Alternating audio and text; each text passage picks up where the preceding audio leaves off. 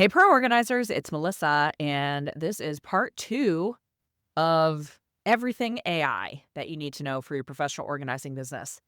If you have not listened to part 1, you can just flip right back. But in this conversation, this is going to be 30 minutes of really super impactful stuff that will actually help your business move forward. I do not say that lightly. There are some really good, I should probably be more humble and be like, yeah, I mean, we got some stuff for you. No, Bree has some heavy hitting information for you about how you can leverage AI for your professional organizing business. We are talking about things that will get you more clients, that will expand your revenue, that will grow your business, and they are really, really not challenging. The other plug I'm going to give, in case you're like, I don't really know. No, I want you to stay because there is a tip that we give that actually came from someone in the session at the How To Summit.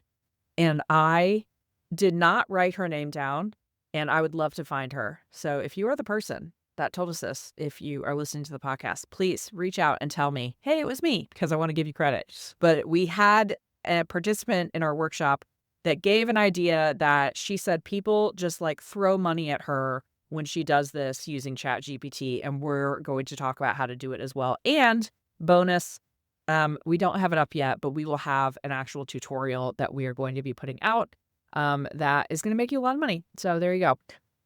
Quickly, before we get started, go to proorganizerstudio.com/links. And we have the slides for this because there are some things that it's easier to see. It will help you understand a little bit more. I understand podcast is an auditory medium, so we're trying to make it a little multimedia for you. So go there. We also have information on our Inspired Organizer program. Enrollment closes on November 11th, 11/11. We are closing. We're going to be making a bunch of changes and having a price increase. I would love for you to get in before that. And I think that's it. So here you go with part 2 of Cabri and me talking about AI. Have a great day. So prompts are your beginning conversation with AI. It's essentially whenever you log into some AI platform, it is what you're asking for, what you're needing help with. I like to think of it as giving it the destination point and your end point, and then it is going to map out the middle piece and give you direction on that. The better and more detailed the prompt is, the better the results are going to be. And I have a couple different examples for this. Like I said, I'm telling you all my secrets. A year ago, I was using it for recipes, and I didn't realize the behind the scenes algorithm action that was happening with my personal ChatGPT. And so as it's learning me, as it's learning my prompts, it picks up on all that information. So this is another kind of key thing. The more detail that you can give it, the better it learns you. And the better that it learns you, the better results it can give you back. The next thing, during our presentation, you did a video that really described why prompts were so important. And it was, let me just describe it, and we'll put it in if you're going to watch this at proorganizerstudio.com/links. You can see it, but it was a teacher who had little kids who had written stories about how to make a peanut butter and jelly sandwich. And basically, the boil down was she took exactly what they wrote and she followed it to the T and ended up with, peanut butter and jelly on her arms all over it. The kids were like, no, that's not how you do it. And her point was, you have to explain it properly. Like nobody said, take the bread out of the package. Nobody said, take a knife and put it in the peanut butter and put the peanut butter on the bread. Like they were not describing it. And so it was just a really funny video to make people realize you have to be descriptive. And that's the big thing with prompts. You have to give more information rather than less. Yes. The more detail that you can get, just the better off you're going to be. It's going to learn more about you. It's going to be able to generate a better result.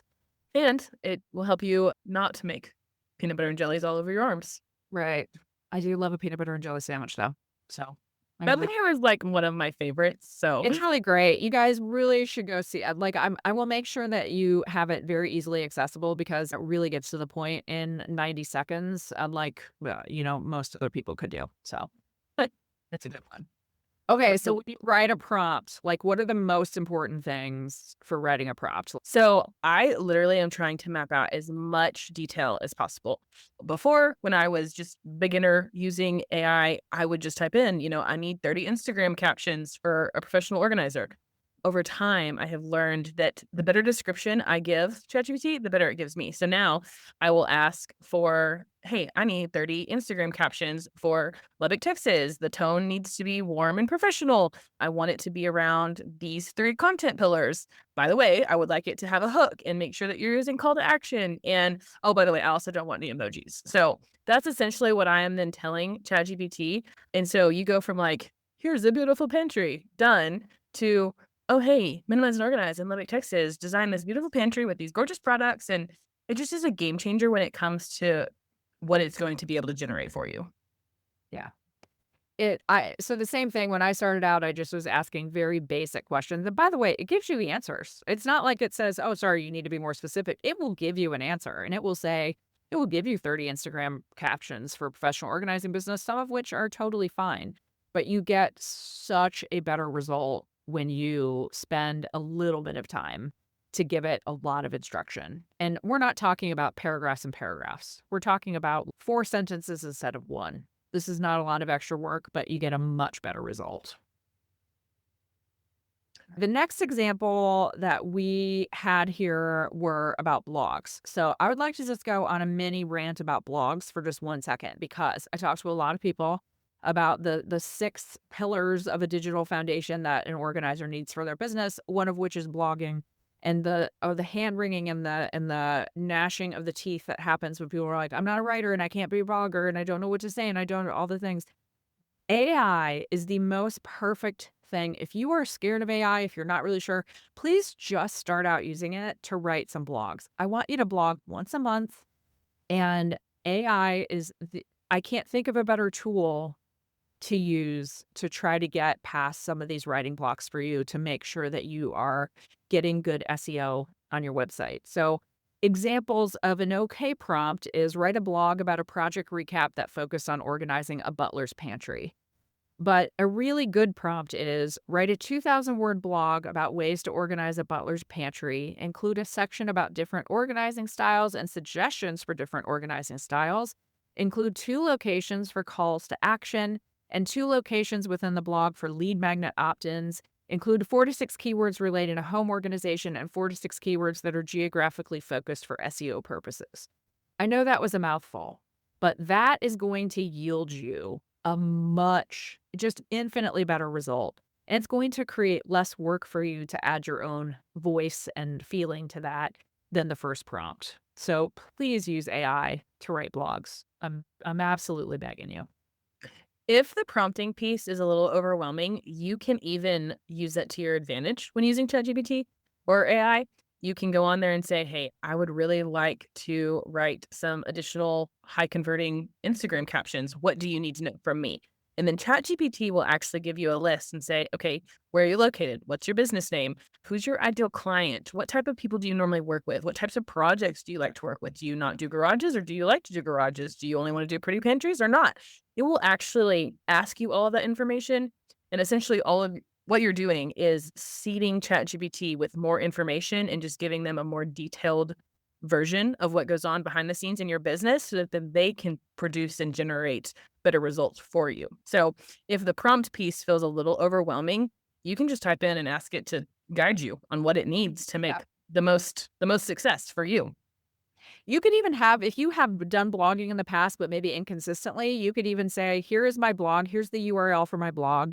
Can you please analyze it and give me suggestions on how to write better blogs? There are lots of things you could do to kind of ease your way in, rather than getting overwhelmed. But also, you have these prompts that we're going to give you from this presentation, and you can just use those and see what happens with them. So there's always that too. We have a couple of different examples where because this is an audio medium, it's probably not as exciting for us to read through these all, but if you go to that links page, you can see all of the prompts we have. For instance, we have prompts for difficult conversations. That is actually a way that a lot of people use ChatGPT. They have to have a hard conversation with someone on their team or a friend or, just something that you are really, really worried about. It can really help you through that. And there are lots of different things. Again, you probably aren't even thinking about all the things you could do, but if there is something that you were struggling with, just put it in a chat GPT. I'm not suggesting you use it this way, but I did hear about someone who was using it the other day to fight with her husband. And she was like, "This is what my husband said. What should I say back?" And I'm like, "I don't know that that's the best use for it, but I mean, you do what feels good to you." So, I think I'll stick to my difficult conversations with fire yeah, and client. I don't wanna turn my husband. I don't want that to happen. That's no. I don't think that's good for anyone. Okay, so you use AI to, like, audit your business, right? I wanna hear about that. Okay, so we actually use AI to audit our business a lot, and I kind of mentioned it earlier. It is essentially an unbiased review for your business. You can feed it different aspects. You can show contracts or proposals, or I have even used it to submit client information to recap projects, type of clients that we're working with, the majority of areas that we normally work in, just some of those things that would take me a long time to review, create some statistics around. And so I have a couple different audits that we use fairly regularly in our business. Okay, tell us about them. 'Em. I'm ready. Okay, so marketing content audit is always a good one. I would just tell ChatGPT. Of course, I went with more basic prompts for the sake of this explanation. You are more than welcome to expand upon, and I highly recommend expanding them. But I just asked ChatGPT to look through my captions. That was like a month's worth of posts, and I just wanted to know what tone was most used. I wanted to know if we had calls to actions on all of those Instagram captions. I also wanted a repurposing strategy. So I was able to give it all of this information, and then ChatGPT said, "Hey, these converted really well. Could you make a reel out of them?" And so that's one way that we use it. I feel like this is really important for any of my solopreneurs or solo by choice, just so that you're not, hiring a high level consultant or marketing agency. It's going to give you some of those tactics and strategies to up your marketing plan with very little effort on your part and no money spent either. Right. I just want to take 12 seconds and talk about CTA, call to action. So, when we talk about using CTAs, what we want you to do is, and this is becoming increasingly popular and you probably see it a lot, but I want them on your website and I want them on your social media. So, a call to action is, what does someone do if they've gone through your content, and what do you want them to do? So, do you want them to drop a comment? Do you want them to click a button to schedule a consultation with you? What do you want them to do with the thing that you have just given them? So when we talk about CTA, that's what that is. And they're important because we want to have CTAs at the right point to catch people. So marketing audit, I love it. What's next? Okay, so next we've got website and SEO audit. This is also one of my favorite. Okay, so I'm gonna keep saying that. They're all my favorite. AI Okay, is so you can't say everything's your favorite. everything AI is my absolute favorite. This was actually kind of fun because this opened up a whole new world for me. So we essentially did a website SEO audit on our website, and I was asking it basic questions on where could I improve SEO, clarity, and even flow. Like we had a couple of those missing call to actions to where people would finish a section of the website, and then it was just like, okay, now what? And so it actually gave me a breakdown on where those gaps were, but also gave me options to add more keywords. Like we didn't want things to feel overstuffed or overdone, but there were several different areas. It was like, hey, you should pop this here. It flows naturally with the conversation. It's going to help your SEO. And so that was absolutely fabulous. This is a great option, especially again, if you're bootstrapping it, don't want to give up profit, like you can use this as a lower cost option. One of my favorite things that I actually used it for that came from this website and SEO audit was a little more techy, even for me. But it essentially, on the back end of our website, it was missing like a local schema markup. And like I built, I mean, I wouldn't have known. I helped build my website with a designer, and I had no idea to add that or look for that. And so it actually helped me write the code and inject it into our website. And now it registers to other computers, other search engines, crawlers, that kind of thing, as a local service-based business in Lubbock, Texas. And like I'm saying, the possibilities on this are literally there's no limit. Well, it tells you things that you either would have to invest a lot of money in or that you would have to do a lot of searching to find. Like, I'm pretty up to date, and there are things that the other day I was searching for something and I'm like, "Oh, I had no idea XYZ." Like that local schema thing is a good example. Just having it look at your website. I did that the other day for the Pro Organizer Studio website, and it gave me some really great suggestions on how to word things and things that were unclear and all sorts of stuff. And I think a lot of times, especially with our websites, we're so close to it that you're too close to it. You need someone who can look at it from that lens of, just a dispassionate observer, and there's nothing more that fits that more than AI. And it also, as a bonus, has a bunch of really good advice on the other end. Fabulous advice. Super good way to use ChatGPT. All right, client experience audit. What is that about? Okay, so this is for anybody who like you said, that was a great segue. You're too close to your business. Essentially, I had been staring at our service proposal and it was just looking, I don't know, dated. It didn't feel like it had the right information, or maybe it was too wordy here, didn't really quite grasp our whole process with clients. And so I actually just asked for a review of that proposal. And it basically gave me like, here's where you could condense this. This is not really needed. That's too technical, too detailed. That will change project to project. Here's where you can map out your framework and your whole process overall. And so it just gave a lot of those little tips that I feel like for someone who may be unfamiliar with organizing and hiring us potentially for the first time, I didn't want to overwhelm them, but I wanted to give them enough information. And it really, really helped smooth that over and make it flow logically without just being that overwhelming, Yeah. you know, water hose full of fire hose full of information. A water hose full of fire. You do not want a water hose full of fire. Um, I by the way, just really quickly, on the last podcast that Cabri and I did, we were talking about the How To Summit, and instead of saying Brady and Ryan, she said Brian and Randy. I edited that out. So the fire hose of water is that's my new favorite one. No, words are so hard. So I want to talk about this client experience audit because and organizers, I just want to be clear. You are at this point my life's work. Okay, I care about you very, very deeply and I love you all. But we are a wordy bunch of people and we have it in our heads that a client needs 200 pieces of information in order to want to book with us. And that is not what a client needs. A client does not need that. They do not want it. And it is very overwhelming to them. And by the way, I suffer from this myself. You're not alone, right? But this client experience audit, I think, can be really transformative if you ask some of those questions. Like, is this too wordy? Is it too much information? If someone is an overwhelmed, busy, tired mom, what do they need to know? I think this is a really, really awesome use of AI. I also think that you can use it from start point to essentially making the sale.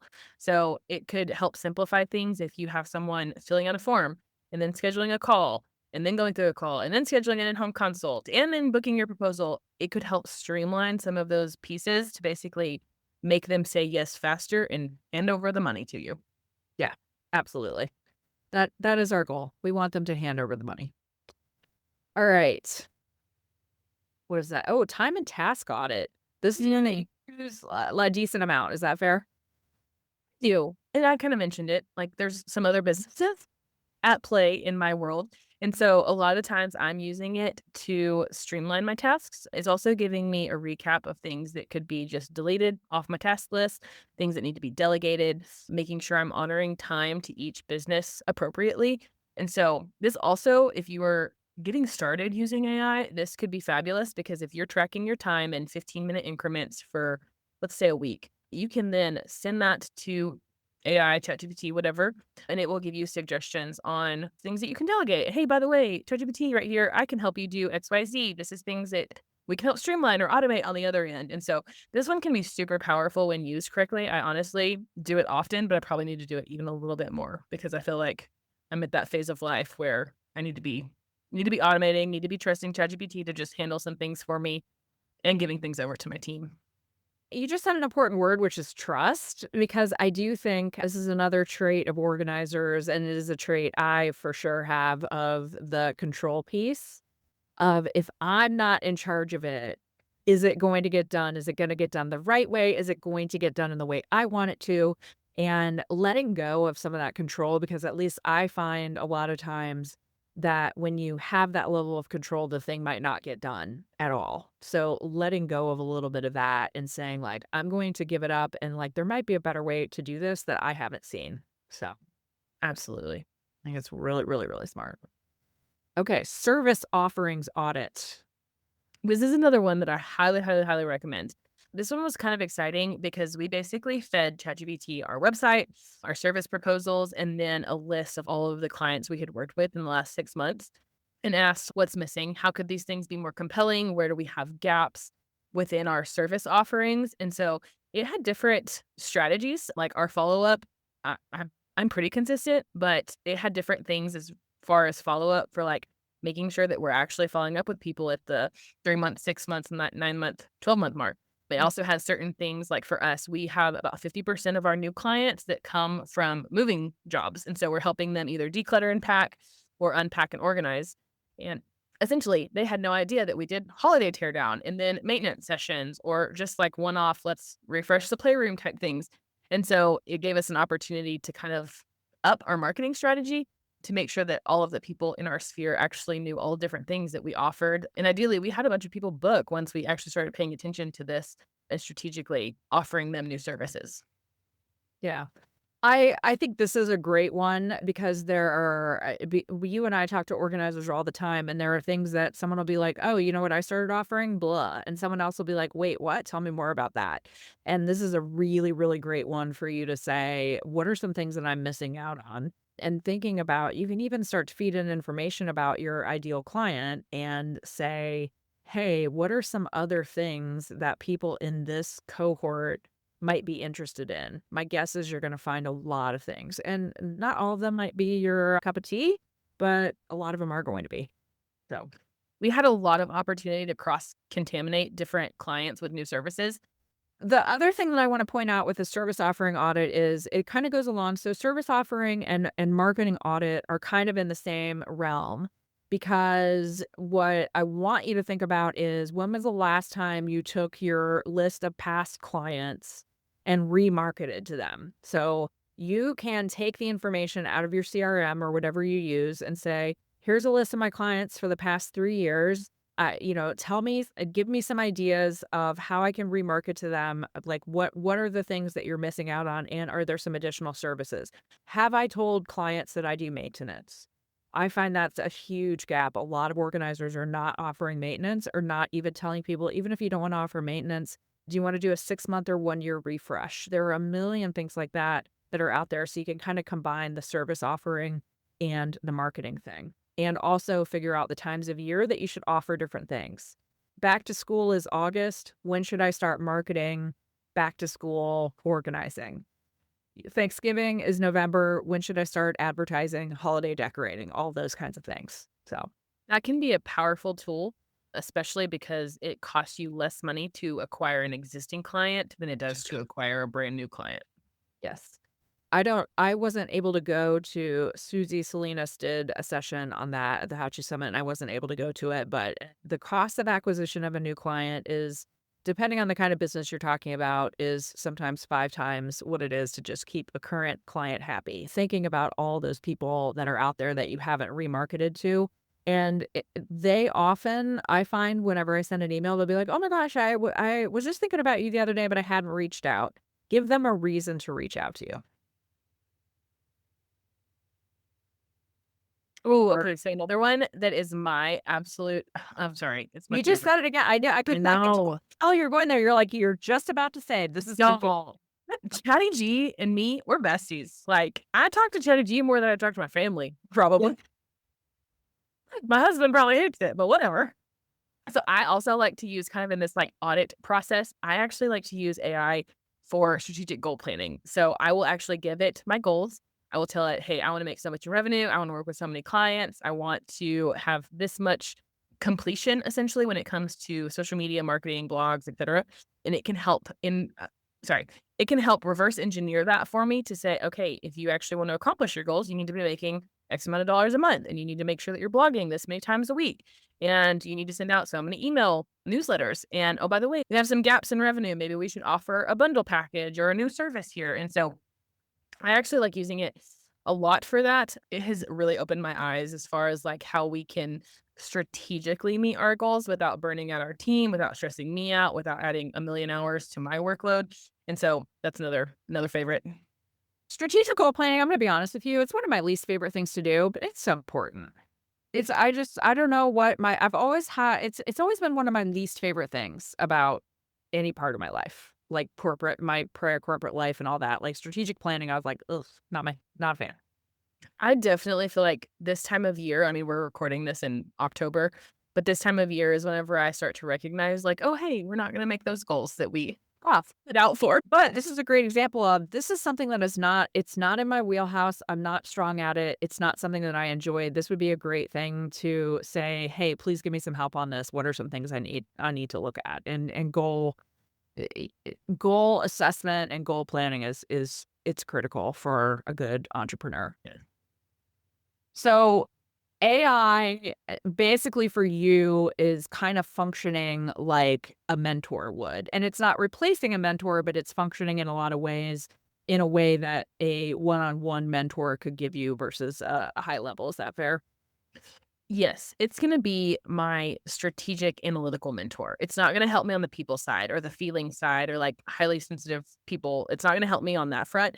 It is going to help me when it comes to cold hard facts and numbers and check yes or no. Did this happen? Did it not? Where can we add it back in? That kind of thing. Okay. Now, this is if you're following along on the slides, I just clapped, which is not good for an audio medium. So if you're following along on the slides, this is where I just got like really excited because we're going to talk about project mockups. And I feel terrible because there was a woman in our session who was talking about this. And I just want to apologize. If you are listening to this podcast, please email me and remind me who you are and what your business is, because I would love to give you a massive shout out and like shout you from the rooftops and do whatever you need, because this was the most amazing idea I think that came out of any of our sessions, and it's project mockups. So do you want to go through like what she told us and then how people in Inspired Organizer have been using it in the past week and a half since we got back from how to? Of course. Yeah, no, we definitely do not get to take credit for this. Oh, was that was all her. It was fabulous though.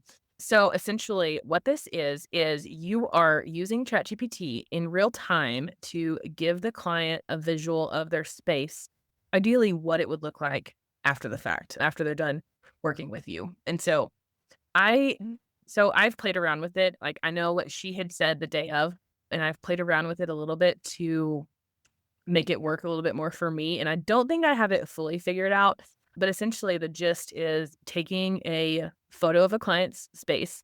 For this example, we'll just say like you're walking through a garage during a consult, taking a picture of that space, putting it into ChatGPT and saying, "Hey, I would love to provide a visual for my client. What do you need to know from me?" And so I actually did this and it asked like, "Are you repainting the walls? Are you updating the floor?" And I was like, "Whoa, whoa, whoa, we're not remodeling. Like we're not doing all that. We are going to organize. We're going to declutter.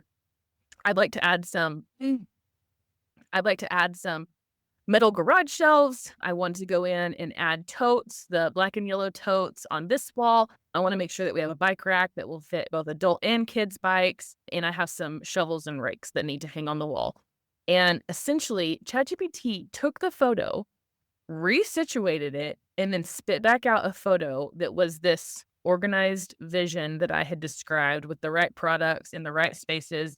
Everything was very clean. I will say, so like, I don't know if this is a prompting issue on my part, but my photos, when I generate photos through ChatGPT, they just come out a little cartoonish. And so I've been trying to play with the prompting aspect to ask for like more realistic photos. And it's a work in progress. Like we can do like a 2.0 of this once I actually figure this out. But it was absolutely amazing. And it kicked it back within like a minute. And so I'm like, if you're standing in a client's garage and they're saying, "I just don't know, like it seems like a big investment. I don't know if I'm going to like it. I don't know." You can literally hand them that photo and say, "This is what it's going to feel like. This is what it's going to look like. This is what we can help you accomplish. This is kind of the vision I had in my mind." I also played around with several different variations. So if you're in that instance and the client's like, I don't actually like these types of totes," you can also go back to your ChatGPT mockup and say, okay, we don't actually want black and yellow totes on this metal garage shelf. We're going to install shelves and they need to be clear totes with white lids. It will help you update that in real time so that the client can visualize it. And I personally think this is going to be a game changer for our industry when it comes to the selling process of consults to close and just making our clients visualize and see what we're capable of in real time. Think about it, it's like the version of an after that the client gets, but they don't have to go through all the work. And so it's legitimately it's an inspirational thing that you can give them right there. And the woman that told us that she does this, I remember her saying like, "Clients can't give me money fast enough." You know, that like she shows them these pictures and they're like, "Great, come over, start tomorrow." Because it is really it gives them that after without having to go through all the work, and it helps them, and we've had a couple people in Inspired Organizer who used that and showed us their before. The one that I loved was someone did it in the consultation, and she showed them, like, their theoretical after, and then she showed what the actual after was, and it was very close. And so you can also use it as a guidepost if your client really likes it, you can be like, "Hey, this is the visual that we're looking to achieve there," and we had someone else who used it. She had a client who was trying to envision this is a little off of organizing, but it's in the realm. Her client wanted a little coffee nook to look different. So she put a different color on the wall and did all sorts of stuff. And our client's like, yeah, I'm going to go do that right now. So it has this one in particular, I think is the most applicable usage in our business to really actually drive sales. I think it's genius. We are selling a transformation, even if we don't actually know how to sell a transformation whenever we are offering organizing services to clients. And this is going to be the visual aspect that they need to understand the transformation before they ever give you a dollar. But I do think, like our friend said in the presentation, I don't think people are going to be able to give you money fast enough. Yeah. I just know I can think about so many clients that I have who one in particular that I'm thinking of who just always says like, "I don't have the vision. I can't see things the way you see things." And she can't until it is she has no sense of imagination. And so for someone like her, it's really like such a great tool to be able to say, "This is what I'm trying to give you." And that, yeah, selling that transformation, we know in our heads what it's going to look like.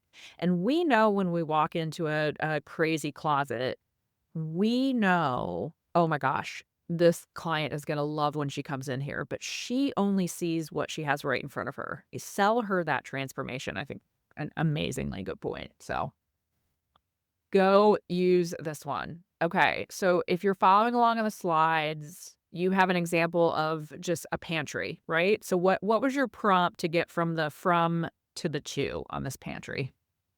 Okay, so I don't know the exact prompt because I had several variations and you'll see them if you're following along on slides. But I essentially just did one wall of the pantry and said, let me see how this would look like organized with black metal bins and gold bin clips.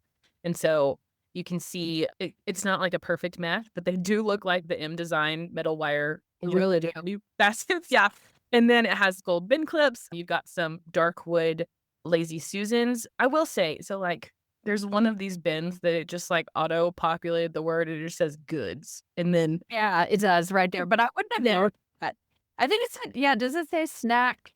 Like it's definitely SNACT? yeah, it's definitely not perfect, but Sure. if we're just wanting to give the client, like, a quick visual of, like, "Okay, here's the style I think that we could go with," this would accomplish that purpose. Yeah, I will tell you, I'm looking at the pictures and I'm telling you, I would never have noticed that, like, if we weren't, like, really diving in. The to and from is a really good representation, so absolutely love it. So this condiments. Condiment okay, what does it say? Oh, next to condiments. Nut that's hilarious. Okay, so this is where I feel like you have to, like, fact check, proofread, the Right. photo generation piece leaves a little desire, but Not essentially bad. if you're following along on the slides and Okay, this is seeing these hilarious. different variations, I asked, my original question for the pantry was black metal bins and gold bin clips. I then just asked for acrylic bins and acrylic lazy Susans with label maker labels. And then my final prompt was asking that same pantry, but I wanted it to be wood bamboo version. Playing with the styles to see, I still feel like I could easily do this with a client in the moment, less than 60 seconds, be able to show them a quick variation of what I'm thinking in my brain that I want to accomplish in their space. Yeah. But I do urge people to go to the photos because it's very entertaining how some of the things are spelled. But the visual is fantastic, and that's all that matters. And no one's gonna think it's a real thing. Okay, the garage one, though, I think is such a good example of because garages, I mean, they're not attractive spaces, and if you can turn a garage into an attractive space, I think that really says something. So you have some mock-ups there of the garage spaces. Yep. I am really trying hard to play with this and like perfect it because I feel like once it's perfected, the game changer for our entire industry. Yeah, for sure. So I texted Cabri as I was editing this podcast, and I said, "We did an unintentionally amazing job at having 3 very natural stopping points for this so that, we could divide it up more easily for everyone to digest, so hopefully you got a lot out of that, and then tomorrow, we will on part 3, our final part of All About AI, we are going to be talking about how you can leverage AI for some really hard work that is going to be massively time saving. We're talking about saving hours and hours and hours of your own time by having it operate for you on a few things. Can't wait to see you tomorrow back on the podcast. Again, go to proorganizerstudio.com/links if you would like these slides, if you would like a video of us doing this, if you would like resources, if you want to join Inspired Organizer, all the links are on that page, every single one. So there you go. Okay, that's it. Have a great day, organizers.